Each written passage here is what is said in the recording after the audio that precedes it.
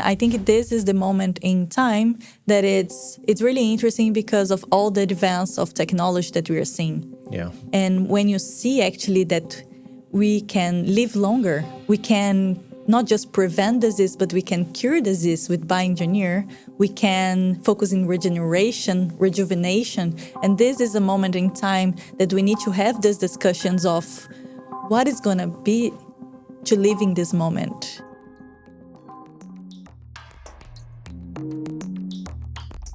Welcome to the Futurist podcast.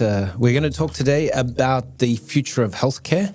We are joined by the CEO and founder of LumaBrush Medical AI.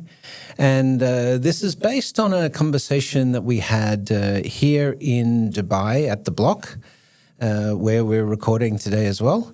Last week at a networking event on the future of AI in healthcare, but also on the work we're doing on an upcoming book on the future of healthcare. So let's dive straight in. So Julia, before we go full futurist, let's start with a little bit of definitions and let's start maybe with the impact changes in healthcare and medicine have had historically, because when we talk about the future and the changes that are going to come, it'd be interesting to get a historical reference of how medicine and healthcare have changed over the centuries and what that meant for people's lifestyle and quality of life. Well, first of all, it's a pleasure to be here one more time, talk about something really interesting, which is the future of healthcare and how everything's going to change, especially with AI and all the latest technology that we are seeing in the field. So I think we could start today a little bit with history, because it's nice to understand how we came to this point, and then we go to this point to the future, right? So what was life actually like before modern medicine? I think we should start like this. Yeah. For example, even life expectation below 30, with child mortality. Infant mortality, yeah. Yeah, these were big problems, right? We didn't have penicillin. We didn't have antibiotics. So in this world, even if you got a broken leg or a broken arm, it could result in your And we're going to talk about this. Okay. We're going to talk as well about your experience going to the hospital recently. Yeah, we should. Yeah. It's a little embarrassing. Well, it's not. It's life, right? But in these instances, people were fearful of their mortality just from incidents like this. I remember a story. It was actually from the Amazon. There was a film crew doing work in the Amazon, and in the process of doing this, a young man who was involved in the filming fell and broke his leg quite seriously. I think it was a tibia, right? And the family treated it as if, oh no, our son may die. Right. And it was because they documented this from the film crew's perspective, saying, well, no, we'll airlift him to the hospital and he'll be fine. But when was this? This was in the last couple of years. I remember then hearing the story. Because it was like in a remote because it area, was so remote, right? They were like, yeah, actually we visited Amazon recently. We did a social activity there with LumaBrush. And for example, for them, they live in this Ribeirinha community. So this community is that it's close of the river, right? So everything they need to do, they need to get a boat. And for example, to go to a dentist or to a doctor, it's a 3 hours boat trip. Yeah. But one thing that I want to actually come back that we were talking about is about even before the modern medicine. For example, I talk about this in my book, The Future of Dentistry. Before, to extract a tooth, for example, this was actually like a serious condition. People could die because of this, right? And this is even before dentistry became dentistry. These are where we go to the barber. Yeah, the to barber extract surgeons, right? This is Yeah. why we have the white and red striped poles, because Yeah. this represented, I The remember this blood. out of your book, where it Yeah. represented they would have the bandages soaked in blood, With they would blood. dry in the wind, Yep. and they would wrap around the pole, and that became the symbol of what a barber was. So imagine you live to this time when actually you have an infection on your tooth, you're going for extraction, dentistry didn't exist, and then you have risk of dying because of this. So this was life at that time, right? And I think it's interesting to see some medical breakthrough, for example, and how this changed civilization. For example, penicillin, and so this, antibiotics and vaccines, for example, and how this start to shift the way we think about our own health, right? And healthcare change. Even like anesthesia, Yes. right? Which wasn't available in those days. You know, maybe you get a little bit of whiskey before your operation, but and you have to bite down on a stick. We've seen that in movies, but that was literally the way it was. Yeah. So this was, we can see in early history of mankind, we can see interventions taking place.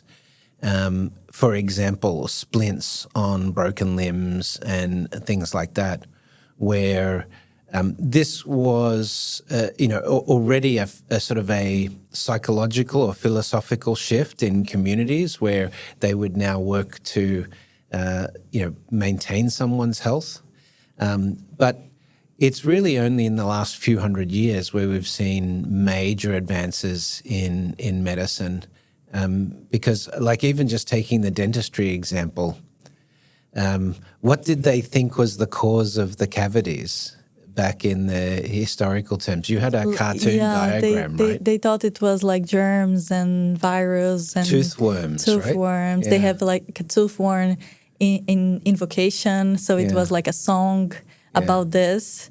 So it's interesting to see how these major shifts actually change the way we see our own health, right? So we go through living less than 30 years to the first applications of like antibiotics, vaccines, who enable us to live longer.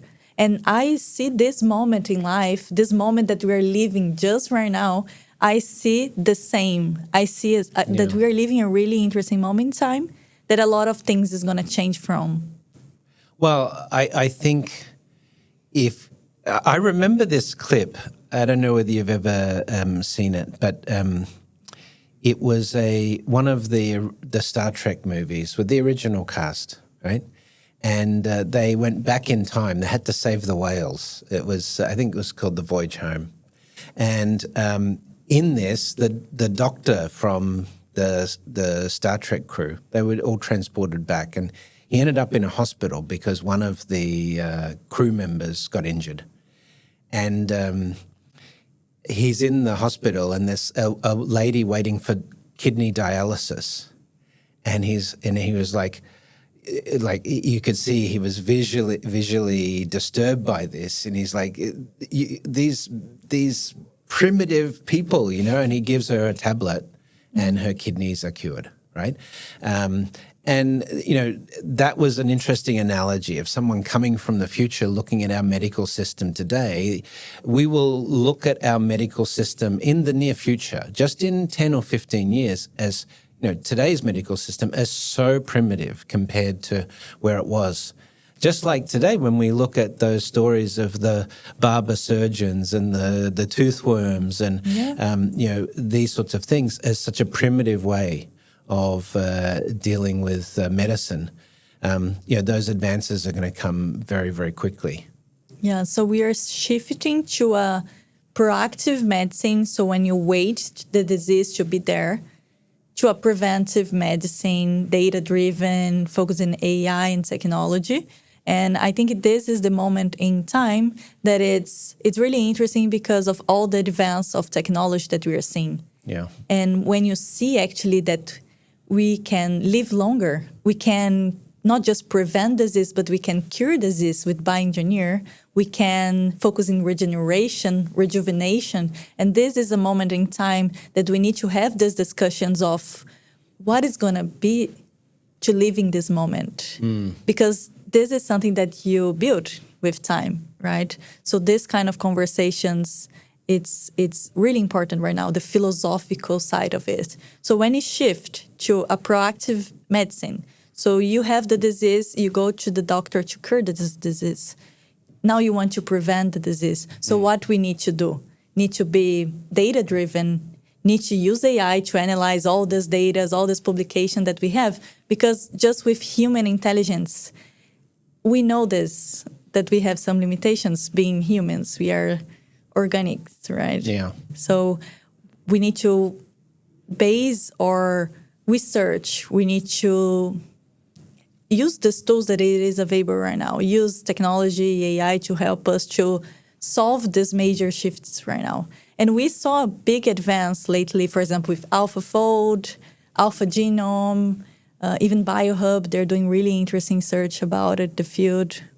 Yeah. What's the David Sinclair's startup, Life Sciences, I think, as well, working on the first commercial longevity gene therapy, the ERC-100 trials that are going on right now. It's a very interesting time. One of the key problems we have with medicine today is we're not actually, in most instances, you said about cures, we're not actually curing disease. So if you take some of the more common issues, heart disease, insulin resistance, diabetes, these sorts of problems, cognitive decline, dementia, Alzheimer's, we are giving people drugs to mask the symptoms, to reduce the speed of the disease. But up until recently, the concept that you could cure diabetes, for example, was something that didn't exist. It was just about, well, we have to lower your blood sugar. So we're going to give you this thing and it's going to help you pass sugar in your system faster so that it doesn't stay in your system and develop further insulin resistance. But that's not solving the cause of the problem. It's just dealing with the symptoms of the problem. And, even if you look at chemotherapy in cancer and oncology treatment, it's a very, very aggressive form of treatment because, you're radiating your body. Your whole body. Yeah. Not just the area. Yeah. And it produces seriously dramatic effects like, teeth falling out and nausea all the time and all of these problems. When now we're looking at, CAR T cell, interventions, immunotherapy and things like that, and even nanorobots in the future that could target cancerous cells and remove them. So we are definitely shifting from this period. But it's interesting what you said at the start of this conversation, which is a lot of this is about information and knowledge and how we understand human biology. So if we look back at those primitive periods, pre-modern medicine, and the experimentation that was going on, and even what we thought about human anatomy, it was only, like Leonardo da Vinci was one of the first to sort of draw human anatomy and have cadavers and sort of look at those things. But our understanding of where diseases occurred in the body and so forth was so primitive. And we look back at that period. What's the analogy today? What is it that we do in medicine today that's going to radically change in the next, few years because of the tools that we're building today? I do believe that one technology or one capability that we have right now, and of course that is still a big way to go through, it's still a lot of technology and search that need to focus on, but I do believe that imaging exams are really important, and we have been seeing how important they are. For example, the first FDA approval exam. They use AI in CAT scan to detect cancer. So you do a combination of imaging, that is the CAT scan, X-ray, and then with AI. And then you go even deeper into the fine solutions that sometimes we miss for years, right? But then we find one association because we use the data. And then with AI, we have the capability of analyze this huge amount of data that for us, for example, as doctors, we have some limitations. And we need to see what kind of technology that is available that could help us to go through these limitations, right? So, for example, when you think about LumaBrush, the work that we have been doing with LumaBrush, it's about imaging. You are seeing what's happening inside your mouth. And for me, it felt such a not complicated concept because we need to see to understand. And I think this is a little bit because I did endodontics. So I used to do a lot of root canals. And I start to understand how important it is to you see what's going on and to visualize. Because when you do a root canal, everything goes really, not really clear. You need sometimes go to the intuition. Sometimes you need to feel what's happening inside the root, to go to the ups of the root. So I start to understand much more the importance of seeing, the importance of image. So, and this go even with, starting with a simple X-ray and goes to nanorobots. Imagine what we could actually discover when we have this, we insert this pill and that's like a camera inside and we could actually see what's happening inside our body. Imagine when it got to this point, it's going to be a whole new world. Yeah. No, we already have this for, looking at the, esophagus and dietary tract and stomach. We do have these stomach or these ingestible cameras. Yep. But the next will be biosensors that we can ingest. I remember there was one that was being worked on called the Proteus chip. I don't think they're in, I think they're not available anymore, but this was a development. But I also saw recently on the imaging side, we are getting next generation imaging technologies as well. Did you see Midjourney, the AI company, has come up with this full body ultrasound capability recently?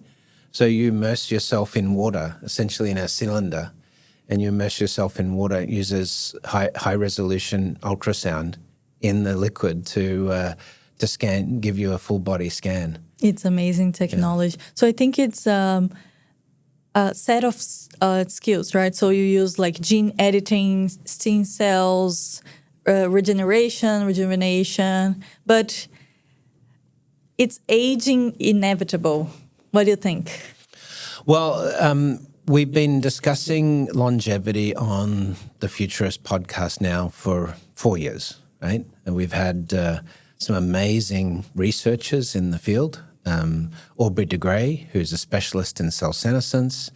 Dr. Andrew Hessel, who spoke at the Futurist Summit, who is a specialist on synthetic biology. Alex from InSilico talking about regenerative medicine.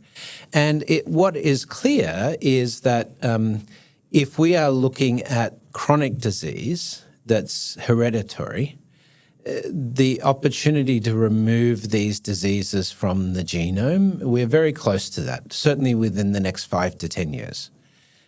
We do need to understand which protein switches in our genome, in the epigenetics, which of these sequences we need to do in parallel or together for certain classes of diseases. It's still 98% of our DNA, it's no coding. So I think that's a lot of really interesting thing to be discovered because we just know 2%. Right.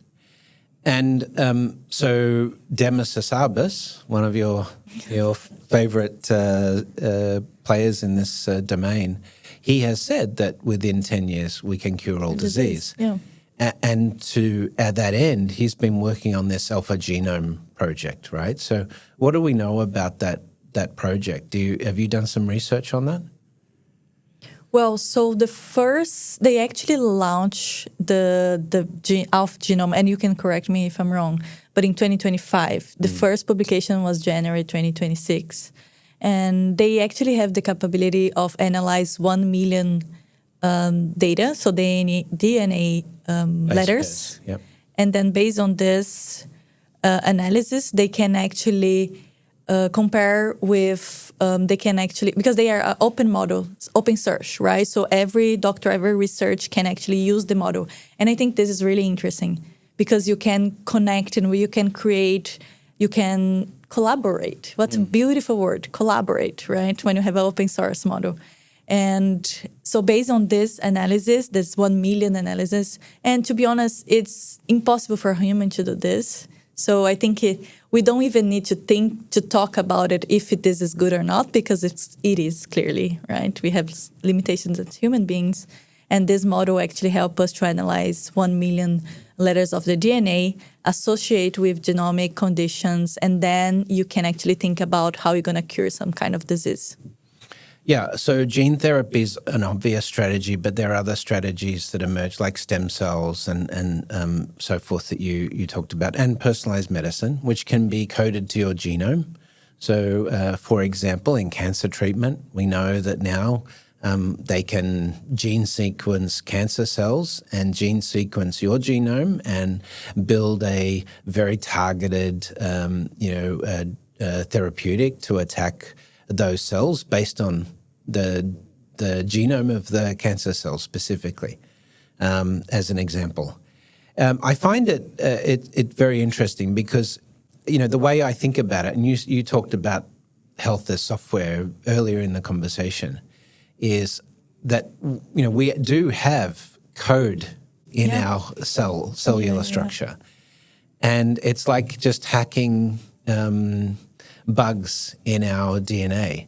And this is where when you hear people like Demis Hassabis and David Sinclair talking about this, they talk about information theory and the fact that part of the problem with aging as a disease is that the cells get the wrong information over time. Right? So in the regeneration of those cells, the information degrades, and this is what actually produces the errors in the cells and produces senescent cells over time.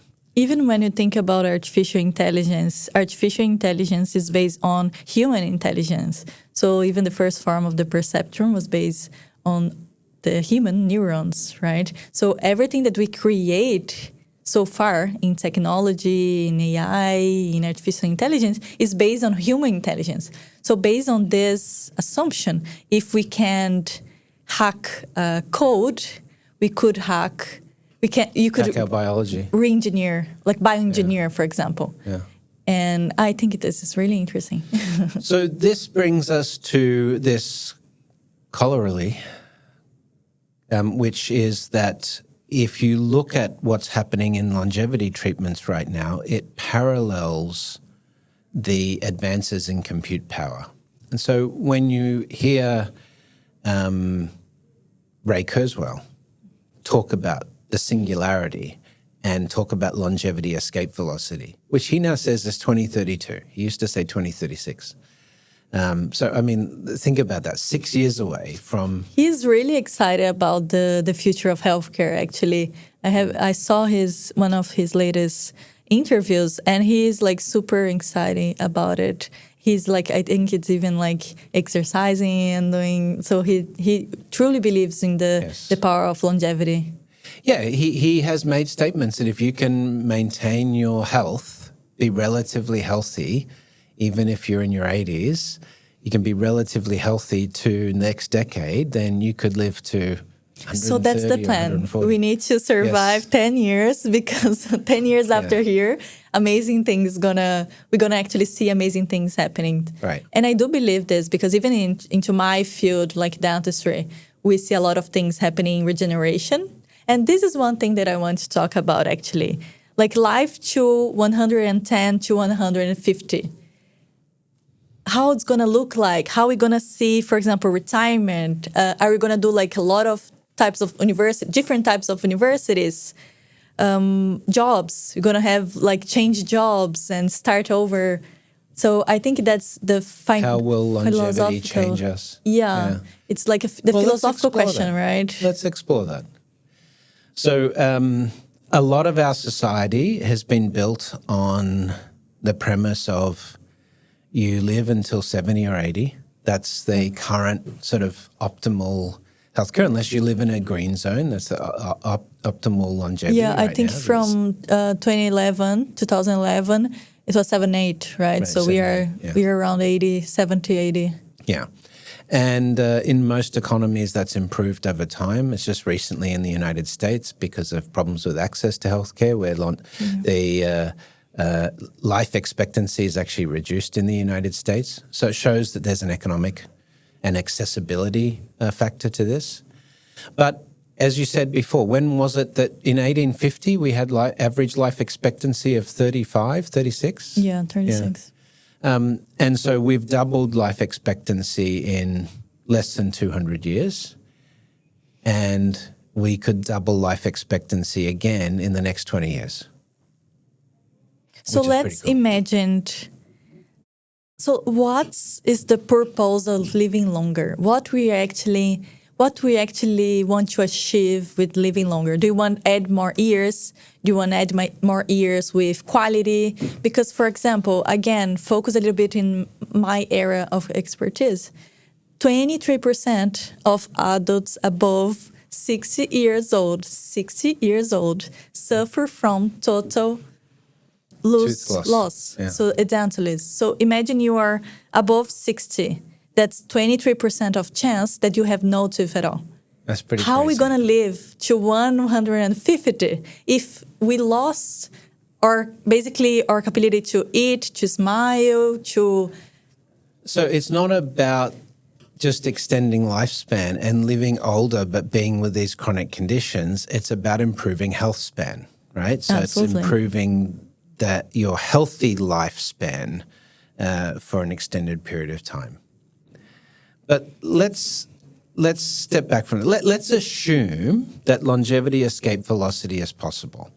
Let's assume that with gene therapy, we eliminate most of these major diseases. We have personalized medicine that can be targeted to you individually. We have real-time metrics of We have a digital twin. Yep, a digital twin. We get real-time feedback of your biometrics from cells that, ingestible sensors and devices that you wear. All of those things working in tandem. So we have a really accurate picture and can see whenever something is off, and intervene in that so that we are preventing any long-term issues. And at the same time, we're specifically going to be targeting longevity sequences in the genome to help you live longer. Things that we see, for example, in blue zones and things like that, applying that science. So let's take it not as fact, but let's take it as there's a fairly good chance with AI compute power, these improvements in diagnostic tools, with this modeling, alpha genome, alpha fold, and so forth, that we're going to have this. And we're going to live healthier, longer lives. As Tariq said at the networking event the other night. So is this what we want? We want to live healthier, longer life. Not just live longer, but we want to be healthier as well, right? Absolutely. If you look historically, what is one of the greatest missions that humans have had? It's been living forever, right? The elixir of life. I thought you were going to say go to the space, but well, maybe that's the second one. Yeah. Well, that's me. I'm a That's space you, geek. yeah. You know me too well. But the fountain of youth, the Holy Grail, all of these things were depicting the mythology around living forever or living longer lives. Yes. So humans, it seems that almost part of what it means to be human is that we want to live longer. Yes, it's always like I want to stay to meet my grandkids, grandchilds, and then the great-great-grandchild. Yeah. So we want to see the next generation, right? Yeah. And like one of the most common things when people, get on their deathbed, I wish I had more time, or I wish I had more time to do this and that, right?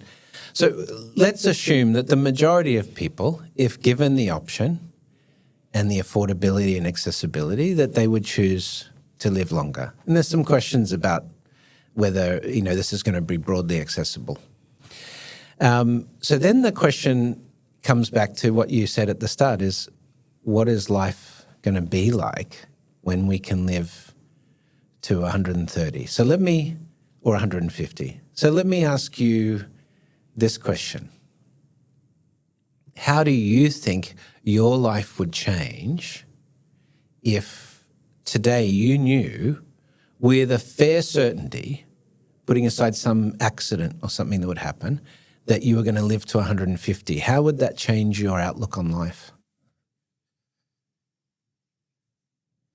That's a really interesting question. I think I see this as a really good news. Like I would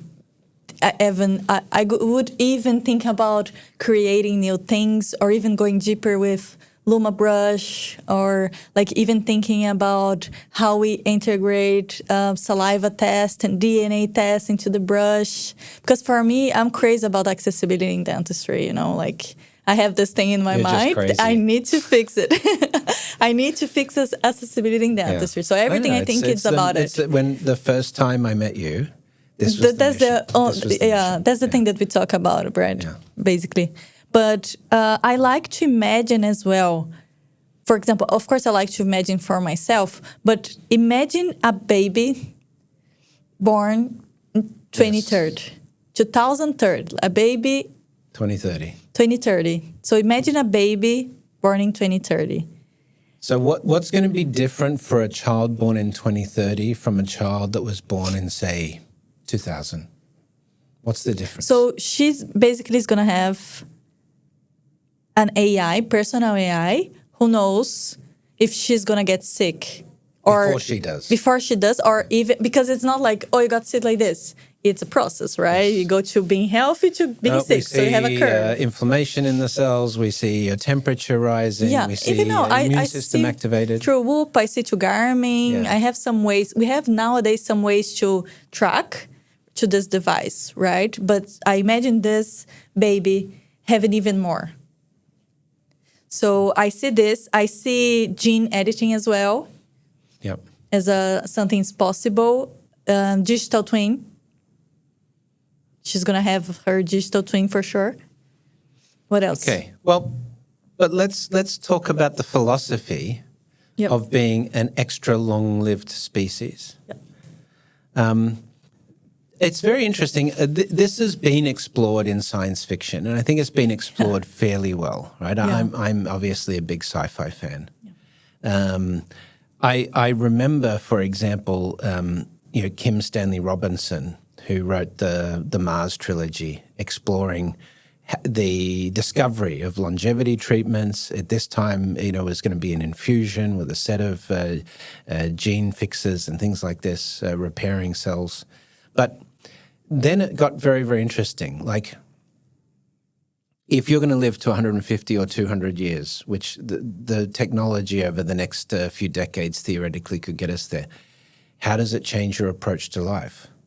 So learning, for example, university, would you finish university at age 24 or 25? Would you decide the only university that you're going to do, or your only job for the rest of your life with less than 18? No, you're not going to have a single career. You're going to have multiple careers, right? And it's going to require lifelong learning approach. And a lot of ways to learn as well. Yeah. University is one way to learn. Now we use AI to learn about AI. Yeah. So what else you could learn? Well, and then let's think about having kids, right? So today, there's an expectation that we should have kids before a woman's 40 because of the health implications of that and the risks after that.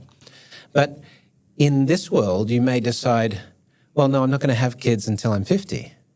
And I'm actually seeing quite increasing number of older than 40s deciding to have kids. So this makes me a little bit more.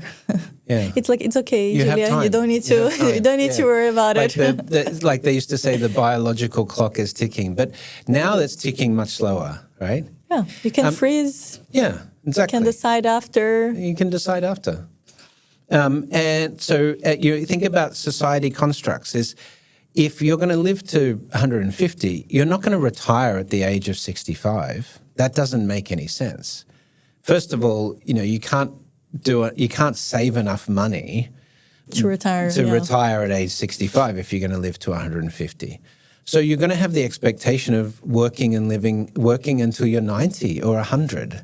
But you're not going to feel like you are today at 90 or 100. You're going to it's going to be like you're 50 at age 100 in the future. And we don't really want to stop working, right? So because we assume that on the 60 you start to having some limitations, but not anymore. No. I see quite a difference between, for example, my grandparents' generation and my parents' generation. I see already a big shift. Yeah. And I know they live in Brazil, and this is another story about how you retire in Brazil, but it's still a big shift. But Brazil's a pretty healthy country to live in generally. Yeah, but they're having some struggles with retirements, but that's another story. Okay, all right. So there's a lot of philosophical changes there. Think about marriage in this environment. If you're going to live to 150, it's unlikely you're going to stay 100 years for one person. You're going to have one partner for the rest of your life, right? Which is I would say small chance. Christian sort of theological way of viewing things, right?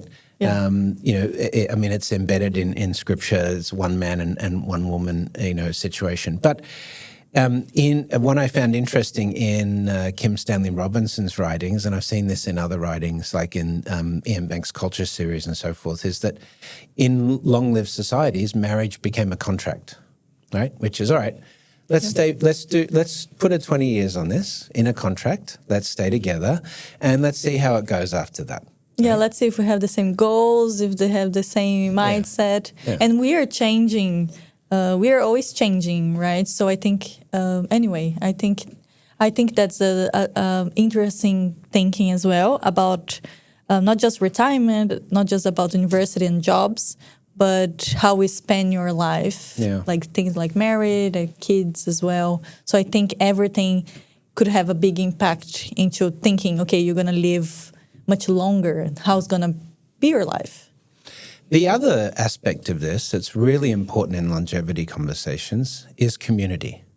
One of the things we know that the blue zones have, which is a key advantage, is being socially interactive. One of the fastest ways to have people that lose the will to live is being isolated and on their own and without bringing mental issues, mental health problems, and we see it through this next generation. It's a big issue, right? Mental health, mental illness. So there's a documentary even on Netflix that explored these blue zones that people live longer. This tiny cities, for example, in Italy, where they live longer, and then you will see they have a strong community. They have a lot of ups and downs, so they walk a lot. Yeah. So you have a series of things that make life, they living longer, right? I've always wanted to live in Italy. For a period, right? I talked about getting my villa in the Italy is amazing. The olive groves of Florence. But this is interesting because one of the other things we're realizing about longevity, and you and I have been training recently for the T100 triathlon. This is how I got this problem. If I show my legs. We can talk about, but one of the things that I've learned very recently, over the last couple of years, is that my fitness and my health is very much about lifestyle. And lifestyle is very much about the people you have around you. So we have recently seen the UAE, we're here in Dubai today, launch a national longevity initiative. Yes. They're also going to be making sure that every child's genome is recorded at birth. And, it's likely that every visitor that comes to Dubai or migrates to Dubai. And UAE, don't forget about oral health. It's really important. We have an AI startup that can help with that. Yeah. But in this environment, you're going to have obviously some sort of longevity infrastructure. Yes. So part of that is how do we create communities that are health span and lifespan focused? So cities and communities need to be built for this. It needs to be built so we do more walking. We know walking is one of the healthiest activities you can do. But now we have this device that can help us to track. So I do believe the next generation comes with much more awareness of wellness, of health. So I truly believe that the next generation is coming. They worry about a burnout. Yeah. They worry about a lot about hard work. Work-life balance. Work-life balance. Yeah. They are much more accurate, much more active. The gyms are full, really full nowadays. Yeah. And a lot of running clubs, running communities. So I do believe this shift is real. Yeah. And we are actually seeing it. And we can even talk about our previous experience going to the hospital, for example, and how we are not happy anymore with these healthcare systems. And that's a lot of ways that we could improve the care. All right, so we're going to talk about my visit to the hospital. So tell me, Brett, what happened? What happened with... So if you can't tell, I fractured my wrist last weekend in a accident. It was a bit of me pushing myself a little bit too hard. I arrived last Friday from a long 30-hour transit from Guatemala via Washington, so a lot of flying. Yeah. A lot of, 14-hour time zone change, so my sleep was disrupted. I got to Dubai, and then, of course, Friday evening we had the networking event here at the block with close to a couple hundred people registered to that event. We had a great turnout, but it was a late evening. And then the next morning, up at 5 to go to the Al Qudra cycling track to do a long ride. And we ended up doing a 60K. 60K ride, which is the longest ride I've done. It's a long ride. A long ride. But at the end, the last 5 or 6K for me was very tough. I was dehydrated and it was very hot. It was 37 degrees out. 39. 39 when we finished It's summer the ride. in Dubai, guys. Yeah, it's 39. 49 degrees outside. Yeah. So it was very hot. I got heat exhaustion and I was dehydrated. So at the end of the ride, when I was trying to dismount, I got lightheaded and I fell onto my wrist and hurt it. But so then that's how we went to the hospital. Then we went to the hospital. We won't say the name of the hospital because we're not going to be kind. So we went to the hospital and they're starting to order all of these tests. And I had creatine, high creatine levels. I had so basically, you arrive to the hospital, and they ask for exams, right? Yes. The doctor did the physical examination, asked for complementary exams like blood tests, and then you did imaging. You did X-ray. First, you did the 2D X-ray. And then the doctor came to you and say, we need to do a CT scan.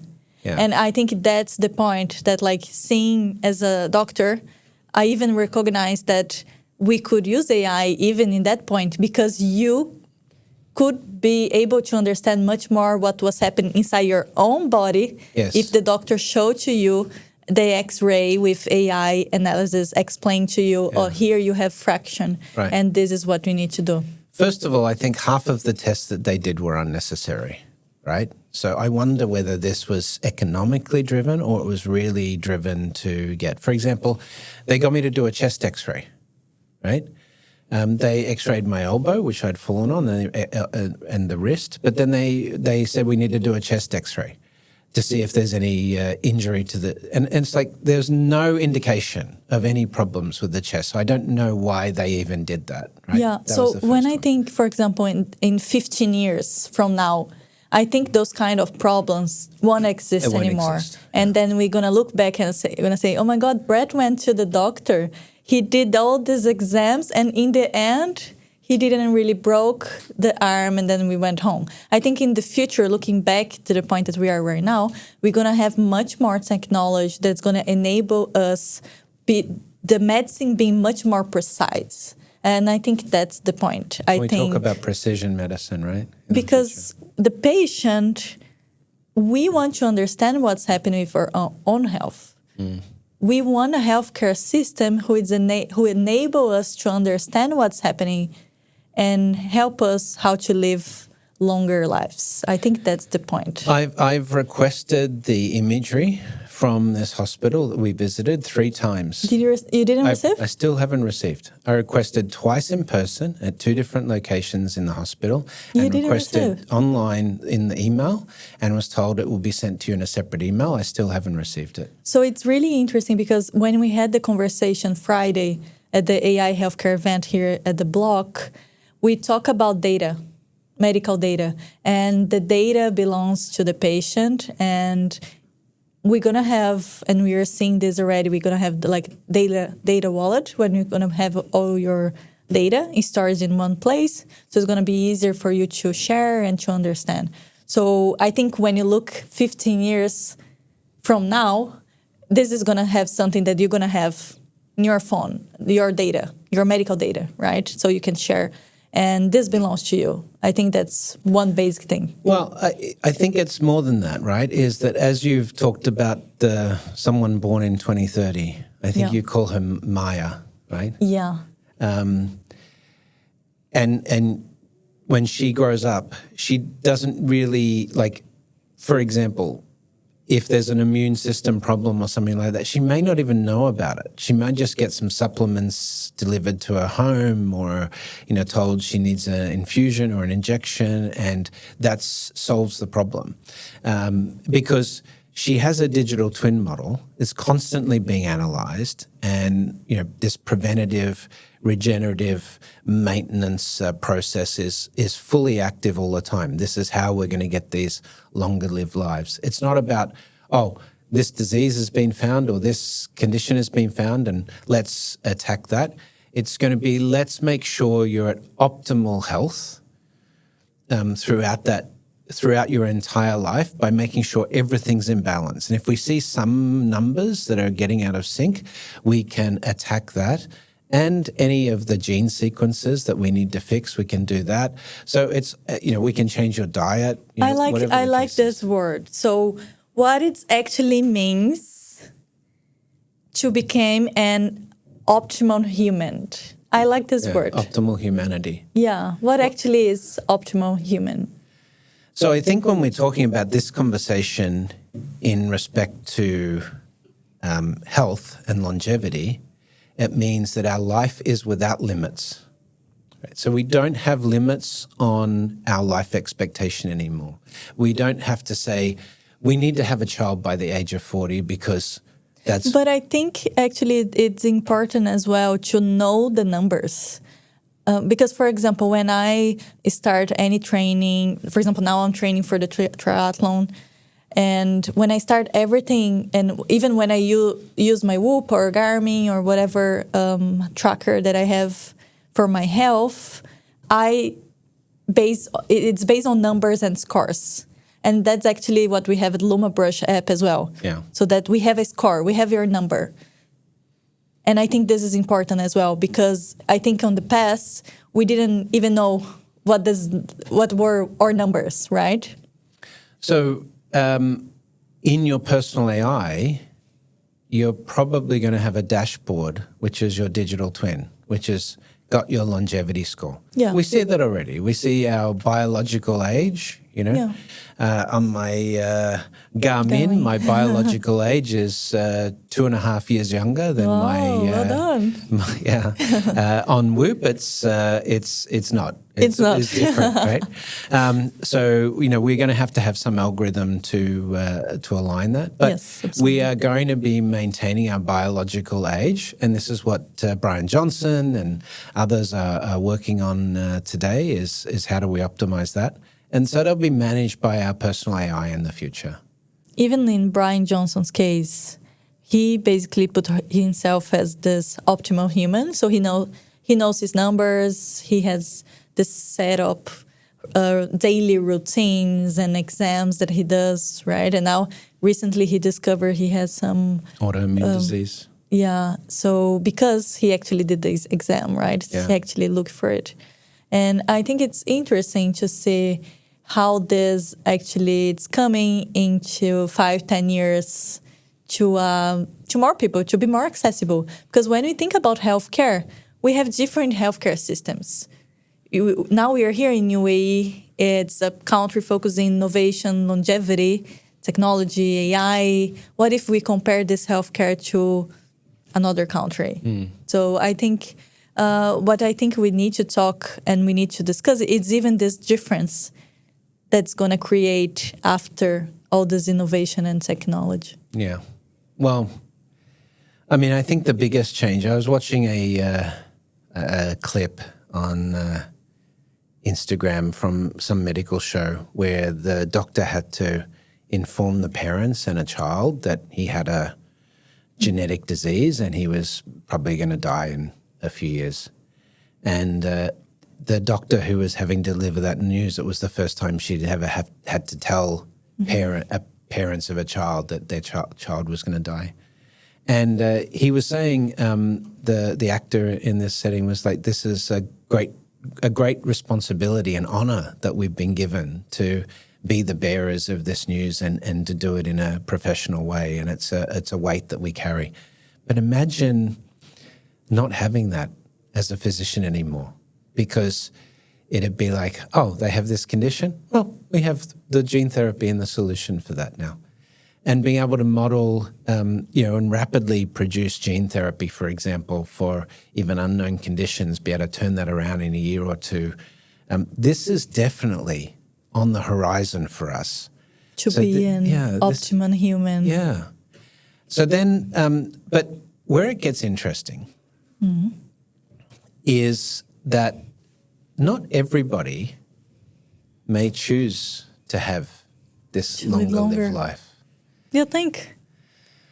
Well, I would choose. I would, for sure. I mean, I'm already living my life as if I'm going to live a lot longer, right?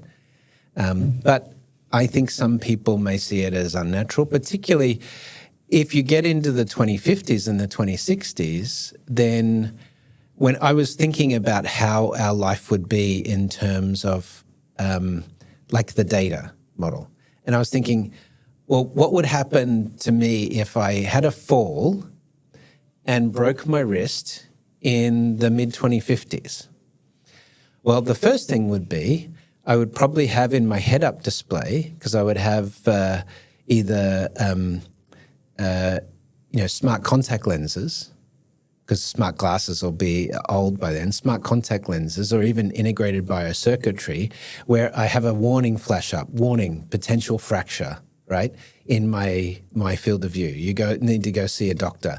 And calling the ambulance would happen automatically at that basis. And it would tell me exactly how to stop, prevent me from mobilizing and all of these things. So in this environment, like in terms of this, there are some people that would say a brain control interface or that sort of integration into our biology, messing with our genes, is changing us from being a natural human. And we're talking about optimal human. What is to be a human? Well, this is the question. This is I love the philosophical question. Because, for example, if we think about before the modern medicine, the human, the natural was to live until 30. Yeah. The natural was to have 10 kids, and then the mother was like almost 100% sure one of them gonna die. And now it's not reality anymore. Yeah. So when you think about the future, that will be like Maya, for example. Yeah. She would live in a different world, hopefully. She would have access to much more advanced technologies in healthcare. She's gonna see a completely different healthcare. I do believe this. So this is really the interesting question, is with cybernetics, with 3D bioprinted organs, with transgenics, for example, a couple of examples I gave in Augmented is using transgenics, taking electric eel cells, the eels that swim through the water, the electric eels, taking their cells and integrating it into a 3D bioprinted heart to regulate the electrical flow of your heart. would be possible in a few years.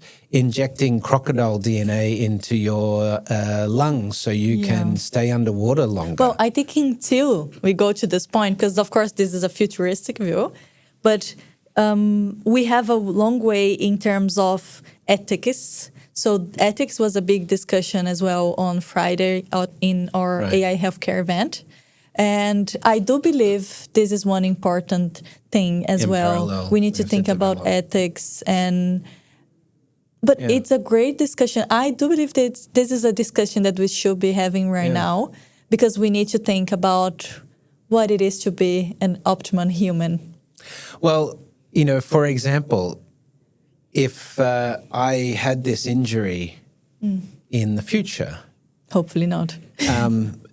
Probably we would have some technology for the bone to heal in real time, right? Maybe microsurgery, and they, like you see them on Star Trek waving some special instrument over, and just be careful the next couple of hours, but you'll be healed later today.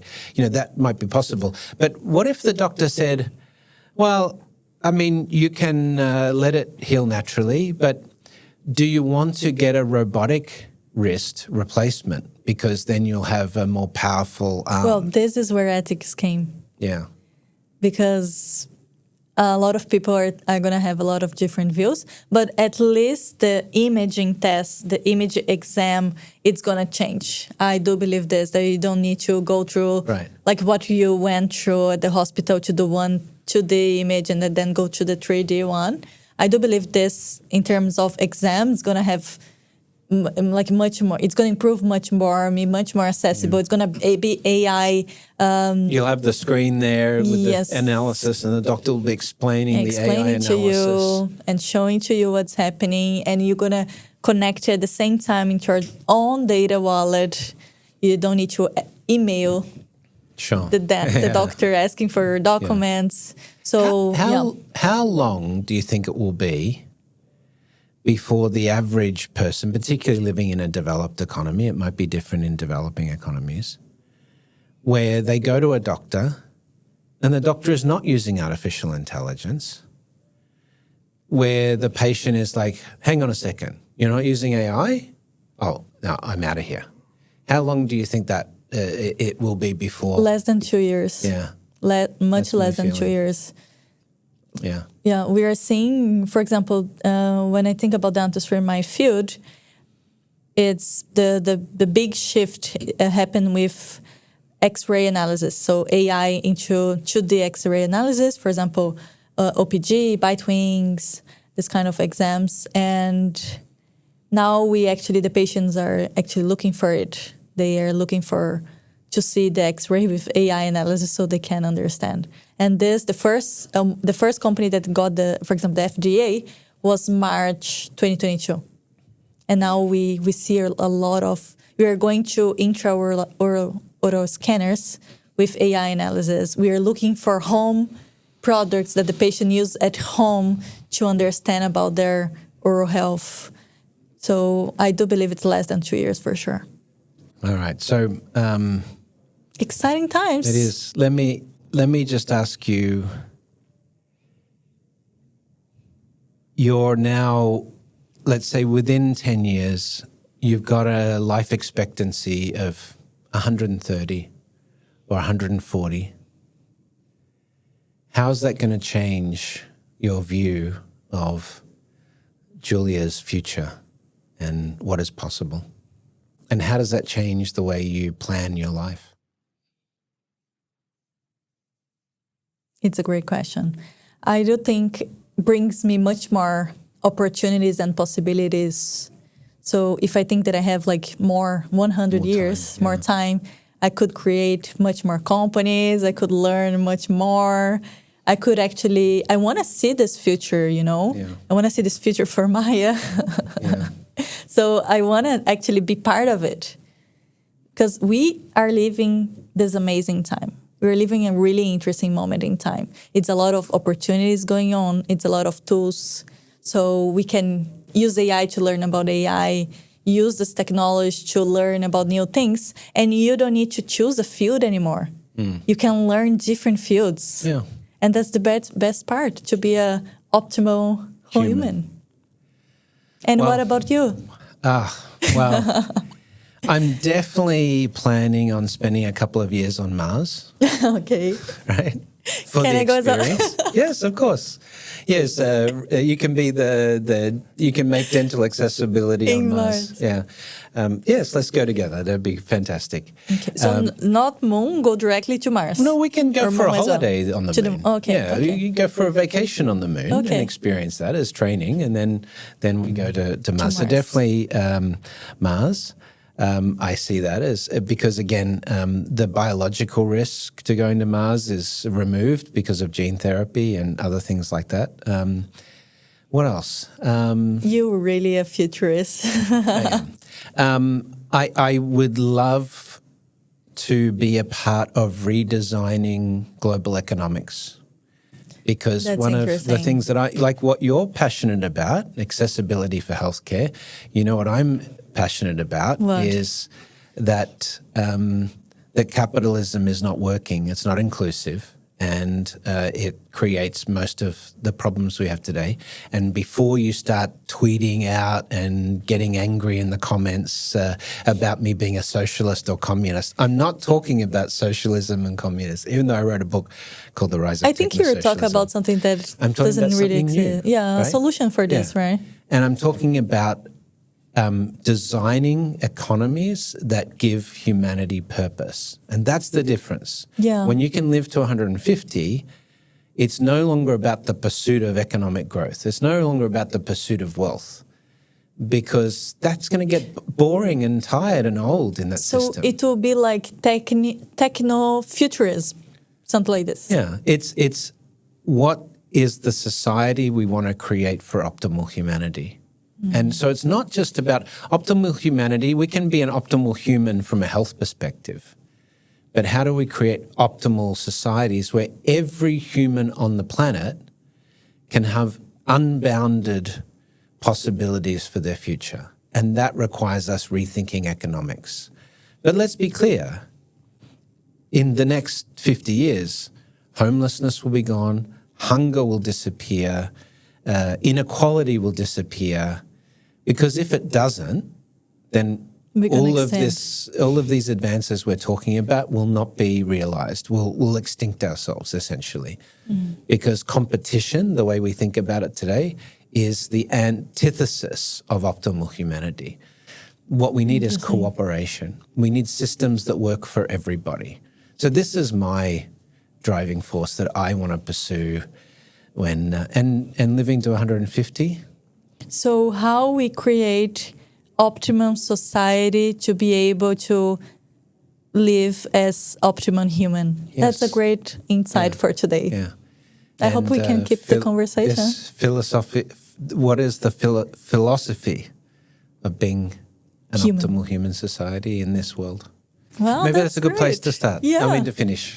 That's a good way to finish and already start another one in the future, Yes. because now I have much more things that I want to talk about. But I do want to say that your books, especially Augmented, it's a really special book for me. And your insights about the future, especially in healthcare, are really interesting. And it's a pleasure Thanks, to Jules. have this talk with Thank you. Thank you for joining on the podcast. And I always pleasure. love the conversation. It's just every time is very easy and seamless. So it's great. That's it. If you want to check out Julia's work, go to lumabrush.ai to check out the app, the oral health score, the intraoral camera system that enables you to diagnose oral conditions at home. And of course, check out thefuturist.com with our backlog of episodes. We've been running for 5 years now with some amazing content. We just had an episode recently where Julia and I visited London with the London Futurists and had a really interesting similar conversation to this with David Wood and the London Futurist team, Rohit Talwar and others that joined that amazing conversation in London. But this is not the end of the conversation, obviously. It's just the start. Yeah. And that's it. But before we finish, there's only one thing left to say is we will see you In the future. Thank you so much.